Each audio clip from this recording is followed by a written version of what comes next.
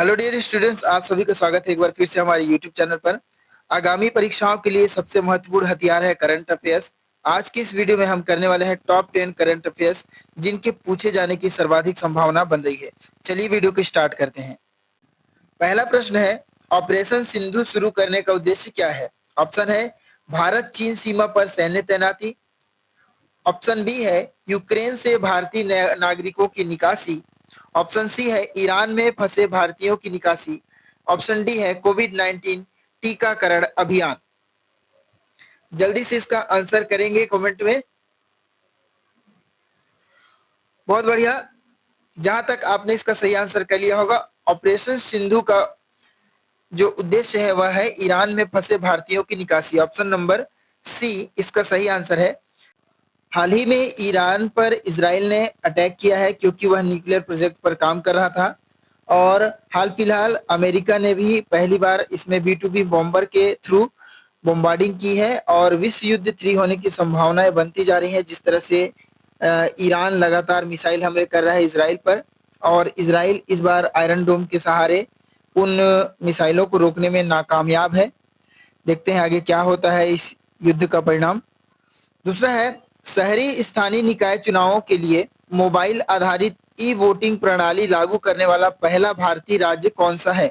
Option है केरल, महाराष्ट्र, बिहार या कर्नाटक। तो महत्वपूर्ण क्वेश्चन है, शहरी स्थानीय निकाय चुनाव में मोबाइल आधारित ई वोटिंग प्रणाली लागू करने वाला पहला भारतीय राज्य। जहां तक आपने इसका सही आंसर कर लिया होगा, ऑप्शन नंबर सी बिहार इसका सही आंसर है। अभी बिहार में स्थानीय और शहरी निकाय चुनाव होने जा रहे हैं। इसमें ई वोटिंग प्रणाली लागू किया जा रहा है। क्वेश्चन नंबर 3 है, WEF के ऊर्जा संक्रमण सूचकांक ETI 2025 में भारत ने कौन सा स्थान हासिल किया है? ऑप्शन है 63वां, 50वां, 71वां या 35वां। इंडेक्स से क्वेश्चन जरूर आते हैं, तो ये रिसेंट का एक इंडेक्स है। इसमें भारत का स्थान क्या है आपको कमेंट करना है। जहां तक आपने इसका सही आंसर कर लिया होगा, ऑप्शन नंबर सी 71वां इसका सही आंसर है। ऊर्जा संक्रमण सूचकांक में एनर्जी एफिशिएंसी के आधार पर इंडेक्स जारी किया जाता है। अगला प्रश्न है, कौन से देश संयुक्त रूप से ICC महिला क्रिकेट विश्व कप 2025 की मेजबानी करेंगे? ऑप्शन है भारत और इंग्लैंड, श्रीलंका और पाकिस्तान, भारत और श्रीलंका, ऑस्ट्रेलिया और न्यूजीलैंड। तो अब ICC महिला वर्ल्ड कप 2025 होने वाला है और इसकी मेजबानी ऑप्शन नंबर सी भारत और श्रीलंका करेंगे। इसका सही आंसर ऑप्शन नंबर सी है। दोस्तों, एक और इवेंट हुआ है, चेस का इवेंट, जिसमें मैग्नस कार्लसन को हराया है भारत के एक नव युवक चेस ग्रैंड मास्टर ने। जल्दी से उनका नाम कमेंट करेंगे। पांचवा प्रश्न है, अपनी हालिया यात्रा के दौरान PM मोदी ने क्रोएशिया का दौरा किया। क्रोएशिया की राजधानी क्या है? ऑप्शन है बेलग्रेड, बुडापेस्ट, जाग्रेब या ब्रातिस्लावा। तो यहां से प्रश्न बनते हैं, इंटरनेशनल करंट अफेयर्स आते हैं। तो क्रोएशिया की राजधानी आपको बतानी है। बहुत ही फेमस यहाँ की फुटबॉल टीम है क्रोएशिया की। इसका सही आंसर है option number C Zagreb, Croatia की राजधानी है।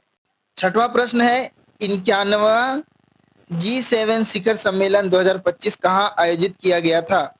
ऑप्शन है Tokyo Japan, Rome Italy, Kananaskis Canada या बर्लिन जर्मनी। जल्दी से इसका आंसर कमेंट करेंगे। इंपॉर्टेंट क्वेश्चन है, G7 शिखर सम्मेलन कहां आयोजित किया गया है 2025 में? बहुत ही ये चर्चा में रहा था। तो इसका सही आंसर है ऑप्शन नंबर सी कनानैक्सिस कनाडा में G7 शिखर सम्मेलन आयोजित किया गया था। भारत इसका सदस्य नहीं है, लेकिन भारत को हर बार जब भी आयोजन हुआ है तब मेहमान के रूप में बुलाया गया है और इस बार भी पीएम मोदी को वहां बुलाया गया। अगला प्रश्न है, पीएम मोदी को हाल ही में किस देश के सर्वोच्च नागरिक सम्मान से सम्मानित किया गया? ऑप्शन है साइप्रस, इटली, कनाडा या जर्मनी।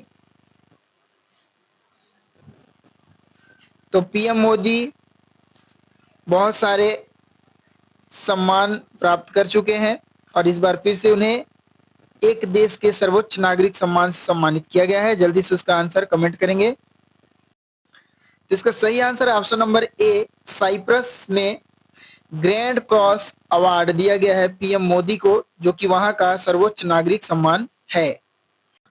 8वां प्रश्न है, हाल ही में खबरों में रहा काली टाइगर रिजर्व किस भारतीय राज्य में स्थित है? ऑप्शन है महाराष्ट्र, केरल, कर्नाटक या तमिलनाडु।